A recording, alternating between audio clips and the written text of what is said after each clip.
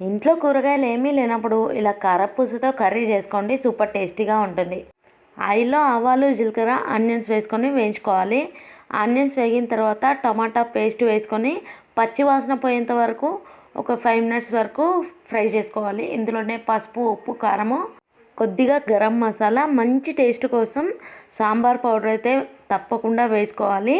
కొద్దిగా కరివేపాకు కూడా వేసుకొని ఒక గ్లాస్ వాటర్ అయితే వేసుకోవాలి. ఇది కొంచెం లిక్విడ్ లాగా ఉంటుంది కాబట్టి ఈ క్వాంటిటీకి ఒక గ్లాస్ వాటర్ వేసుకుంటే కరెక్ట్గా సరిపోతుంది. ఇలా మరిగించుకోవడంలోనే మంచి స్మెల్ అయితే వస్తుంది. ఫ్లేవర్ అంతా కారపూసకు బాగా పడుతుంది. గ్రేవీ కొంచెం చిక్కగా అయిన తర్వాత స్టవ్ ఆఫ్ చేసుకొని కారపూస అయితే వేసుకోవాలి. దీన్ని సేవ్ అని కూడా అంటారు. స్టవ్ ఆఫ్ చేసుకున్న తర్వాతే సేవ్ వేసుకుంటే కొంచెం క్రిస్పీగా సాఫ్ట్గా ఉంటుంది. గ్రేవీ మరిగేటప్పుడు సేవ్ వేస్తే మెత్తగా అయిపోతుంది కాబట్టి అంత బాగుండదు. కర్రీ నచ్చితే లైక్ చేయండి.